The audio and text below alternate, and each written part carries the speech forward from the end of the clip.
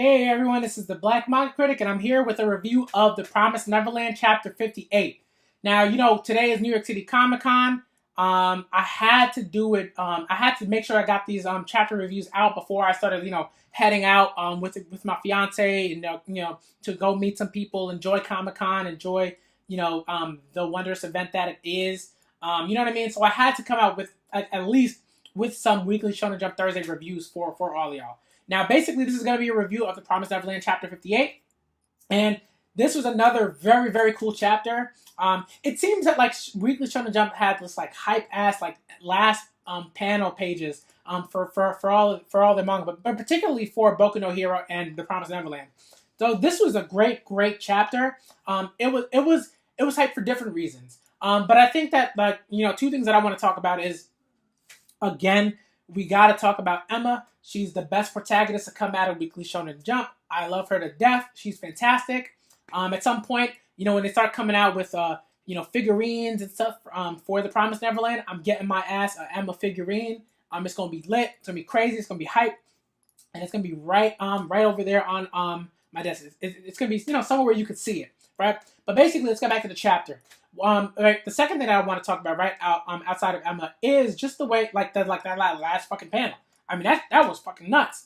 Well, three things, right? The last panel and just the way in which Shirai and Pasuka don't forget about the kids. I really love that because I think a lot of Weekly Shonen Jump manga, if we're looking at sort of the pantheon of it, there's a way in which characters that aren't protagonists really get the short end of the stick in terms of character development, in terms of even just we might even forget their names. You know what I mean? We just don't care.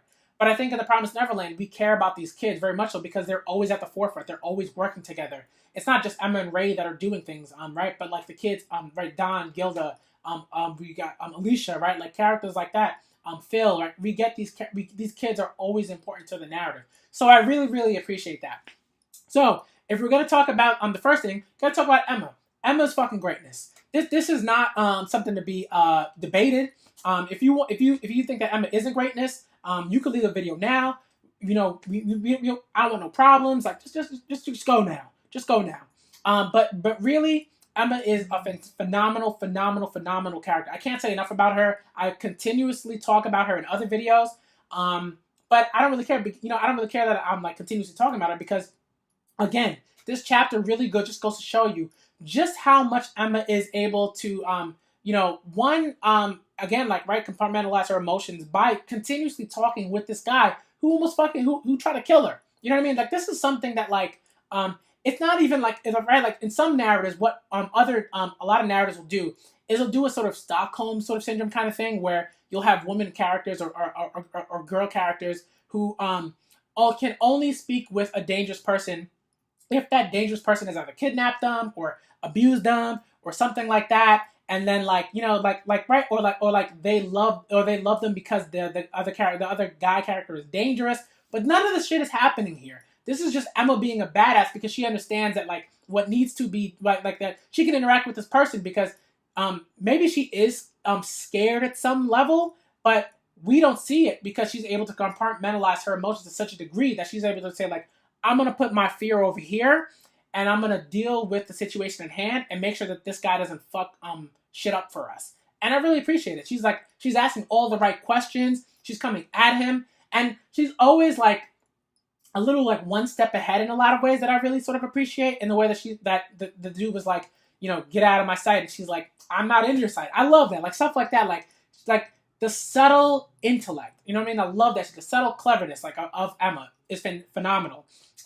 Right, so we sort of got that out of the way, right? She asks the right questions. She continues to compartmentalize her emotions for the good of her family, and she's just phenomenal. She's just a phenomenal character.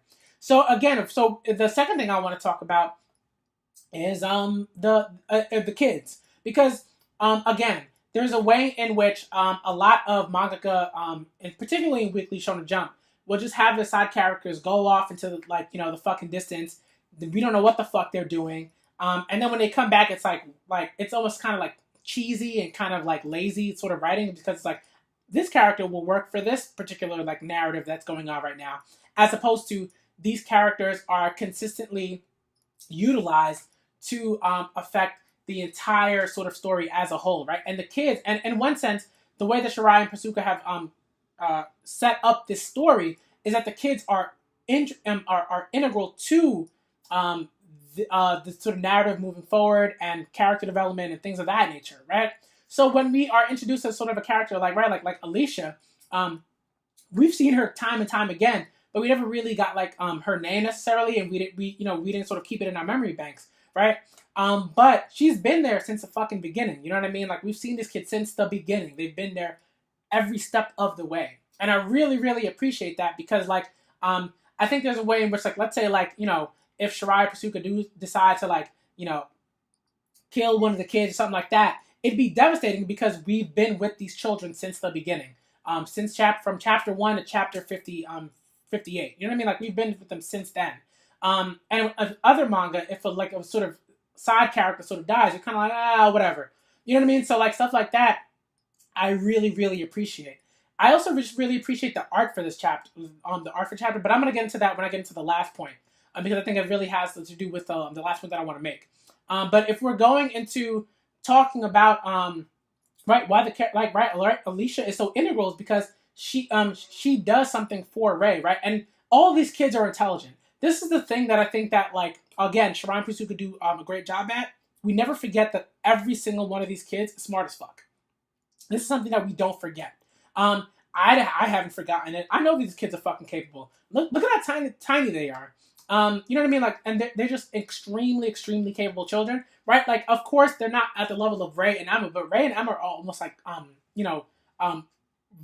incredible savants. You know what I mean? Like, and prodigies and geniuses in that sense, right? So, like, yeah, the kids aren't at Norman and Ray and Emma's level, but they're still pretty fucking intelligent. Like, they're still very, very smart. They're geniuses in their own right.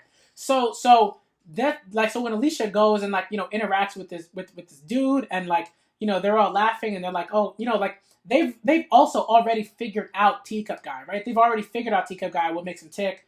That fact that he values the shelter and everything in it in a very sort of high regard, right? And like that's information that Ray and Emma can use to formulate their plans moving forward. So like every child is instrumental to moving the narrative forward, to moving the plot forward, to character development, to all of these things, and I appreciate that. So if we're going to talk about the third thing that I really appreciate is the last fucking panel. That last panel was fucking amazing because I was like, oh my god, this is like fucking like like sleeper cell like bunker or splinter cell, but like bunker or something like that. Like this shit was fucking nuts. You know what I mean? Like this shit was crazy. Like so many fucking weapons. And it's like I think the one thing that I appreciate is that like they left all of those weapons for children.